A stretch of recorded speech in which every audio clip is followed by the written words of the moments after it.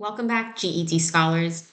In this Reasoning Through Language Arts and Social Studies video, we're going to talk about restatement and summary of the text that you will see on both of those exams. So the skill that you will learn in this video when it comes to learning how to summarize or restate something that you've read can be used on both of these exams, especially when it comes to the extended writing part of the RLA or Reasoning Through Language Arts exam. You want to be able to summarize the two passages that you read. And yes, you're going to be pulling detail from those passages, but at the same time, you need to be able to summarize them to be able to quickly move through that process with getting as few errors as you could. So when we go online to look at, well, what takes place when it comes to restatement and summary and the GED exam, we get this information from Google AI. And folks, this stuff is helpful so you can better understand the exam that you're about to take. A lot of people don't realize that, but a big part of passing these types of exams is just basically understanding how is it structured? What are they looking for? So if you know that they're going to look for restatements or they're going to ask you to summarize what you just read, why not go online and Google whatever it is you want, but more specifically, you can Google stuff about these exams. So I went ahead and did that for us. So we read up here that restating involves explaining something in your own words, while summarizing involves identifying and explaining the most important points of a text. And we're going to look at an example in a moment, but let's just keep reading on to see what this has to say. When you're restating, it says that you're expressing the same idea using different words. You're essentially rephrasing something. Okay, that's good to know. It makes me think of whenever I've had a friend tell me about a movie that they went to, they'll tell me about how, hey, this movie was this and that, and it wasn't just, it was not worth the $12. Well, if I was to share that same information with, say, another friend, I wouldn't say exactly what the first friend said. I might just turn around and say to the second friend, like, hey, Sally Sue thought the movie sucked. I may not even bring anything up about the fact that, Sally Sue brought up the $12. So just be mindful of that's what restating is. The example down here they share, it says, if a passage states the dog was very happy, restating it could be the canine was filled with joy. And that's basically it, folks. Like, think about whatever you've heard and just in your own words, rephrase that. And that would be restatement, folks. It's not that hard. Moving on to summarizing. And so some folks have a hard time summarizing because, as you can see, it says it's providing a concise overview of the main points of a text, omitting less important details. And that's where a lot of people get stuck, is when it comes to details, because they don't know how much of the story should I tell? How much do I hold back? So you want to make sure that you do understand summarizing text, because you will see questions on the exam where they'll ask you, which of the following statements best summarizes this text, this letter, whatever it is they just had you read. So we see down here, it says the purpose of summarizing helps condense information, allowing for better retention and understanding of key ideas. And that's where I want to make sure you pay attention when it comes to the extended response. That's the essay that you're going to have to write for the Reasoning Through Language Arts exam. On that section, they'll give you two passages on the same topic, but they'll be like on different sides. One will be for red Jello, the other one will be for green Jello, whatever it might be. And so you're going to read these two, and basically you have to then answer the question of, well, which one of these passages has the stronger argument? You need to be able to summarize each one of those passages in order to write your response well. We have writing videos on the channel, folks. Please make sure you check them out. There are videos on the rubric that is used. There is a video on how you can use Chat GPT to help you when it comes to your writing skills, because you're going to need to practice. And if you don't have anyone who can help you edit your practice, you want to make sure that you could use Chat GPT for your editor. And it's an awesome tool, folks. Make sure you watch that video. I provide you the prompt and everything, but it'll help you out. Moving forward, we see the example they give for the summary is a summary of a long article, might include only a few sentences. And of course, like we just said, highlighting the core argument and key findings. And so you want to make sure you definitely know how to summarize a passage. And then down here, this is where the information gets to what we're really looking for. And it says the importance in GED RLA. So reading comprehension. Both restating and summarizing are essential for demonstrating a thorough understanding of reading passages on the RLA exam. Folks, if you struggle to read, I need you to start reading now. If you're like, well, what would I start reading now? Anything. Go to the library, get online. If you have a cereal box in the kitchen, go read the back of your cereal box. You need to start reading. Reading will help you with all of these exams because a big part of this is what? Reading the questions, reading the exam itself, and understanding everything they are sharing with you. We also see that it tells us that it's going to help with the extended response. That's what I was just talking about, folks. And it says in the essay section, you'll be expected to analyze source text and use evidence to support your claims. If you're like, what is evidence to support claims? Watch our videos that we have on the rubric where we talk about how you would pull evidence from the passages to support your claim that passage A is stronger than passage B. So make sure you pay attention to that as well.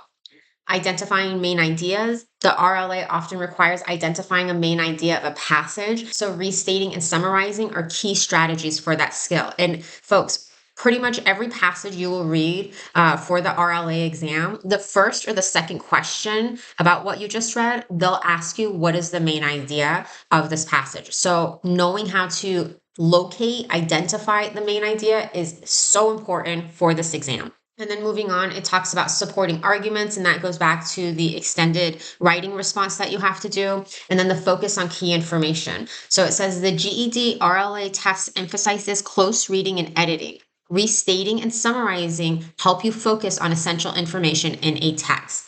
And then, of course, they give you some awesome tips for that exam. Like I tell my students, you need to read everything carefully, and you really do need to identify key ideas. If you're like, hey, when I'm reading, while I'm reading, I have a hard time, like I have to read everything through once and then go back up. I understand that, folks. The thing is with these exams, they are timed. So you have to be mindful of that. And while you're practicing, if you notice that having to go and reread again is messing you up when it comes to time, this is where summarizing will help you out. And the fact that they give you a whiteboard and a marker. When it comes to these texts, you can take note after you read that first paragraph or any of the paragraphs and just really quickly make a few notes about what it talked about that was important. So you're basically like giving yourself a summary on the whiteboard or whatever it is they'll give you. I know here in Arizona, they give folks whiteboards. You might be in a state where they're still giving you paper and pencil, whatever it might be. Making sure you know how to restate something will also help you avoid any type of plagiarism on the exam. Even when it comes to the writing section where you're writing your essay, if you copy exactly what you see in those passages a lot, they're going to say, hey, you scored 0. There's no way we can score this because this isn't even in your own words. So you want to be mindful of that. And like always, we want to keep our summaries brief and to the point. And that is a great segue to get us back to this lesson. So let's look at an example and then we're going to break it apart and we're going to summarize this one. So the passage reads, height connotates status in many parts of the world. Executive offices are usually on the top floors. The underlings work below. Even being tall can help a person succeed. Studies have shown that employers are more willing to hire men over 6 feet tall than shorter men with the same credentials. Studies of real-world executives and graduates have shown that taller men make more money. In one study, every extra inch of height brought in an extra $1,300 a year. But being too big can be a disadvantage. A tall, brawny football player complained that people found him intimidating off the field and assumed he had the brains of a Twinkie. So this first paragraph to the right reads, what is this paragraph about?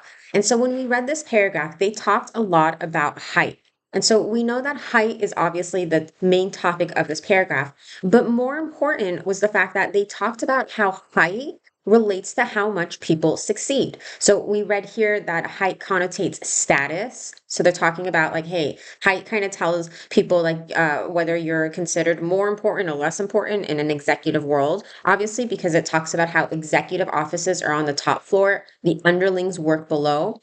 But they're talking about how that being tall actually affects how much money you can make right here. So we know that this paragraph is going to be about tall people and their status in the world. The next question is, what is the main idea? And folks, remember what I shared with you, that whenever you read a passage, the likelihood of the first or second question being a what is the main idea question is really strong. It's super high, that likelihood, folks.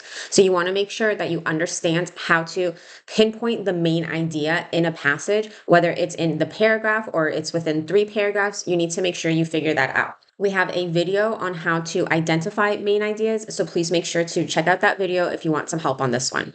So the main idea goes back to what the paragraph is actually about, which is people's height and their status. And this main idea of this passage that we read is all about people's height and their status in the world. That's the main idea. The next question is, what are supporting details? When you make a summary, remember, you're going to pinpoint those important details. Not all of them, but definitely the important ones. So we know one of those details is that height connotates status. That's actually a detail. We also know that being tall can help you when it comes to money, but we also know that down here, there's a disadvantage to being tall. And we know that one of those disadvantages is that people find you, when it says right there, had the brains of a Twinkie, that's basically saying people would see him as being dumb because of his size. So I know that first supporting detail is even being tall can help a person succeed. The next supporting detail we want to pay attention to, the fact that executive offices are usually on the top floor. So that's a supporting detail we can bring in.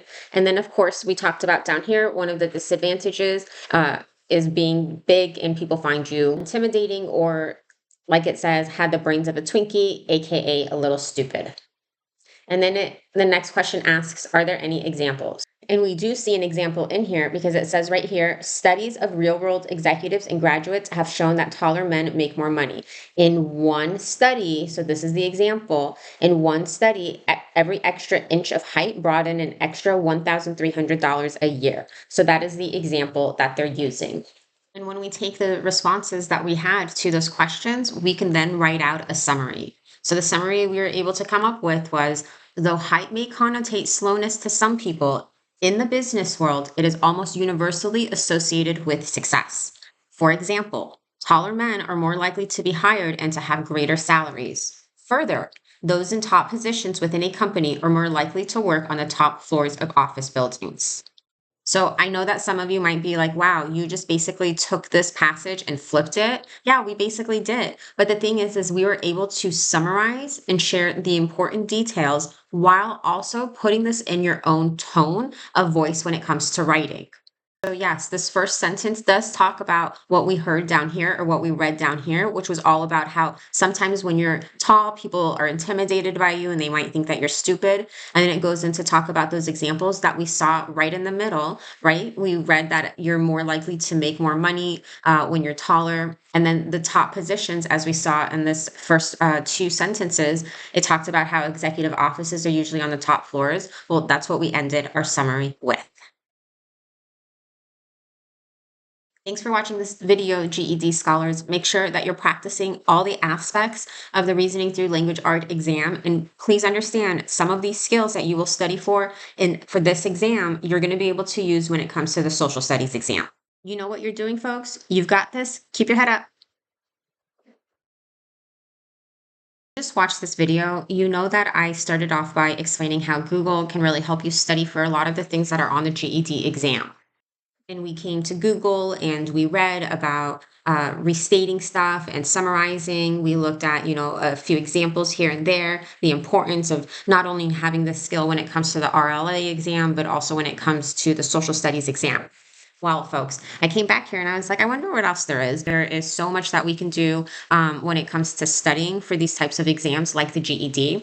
I came over here and I clicked on where it says more, and then I went to books because books are great. I love books. I know that you heard me in the video earlier talking about you need to start reading. So I clicked on books, and sure enough, the GED Kaplan book that I was telling you about to study from was right here.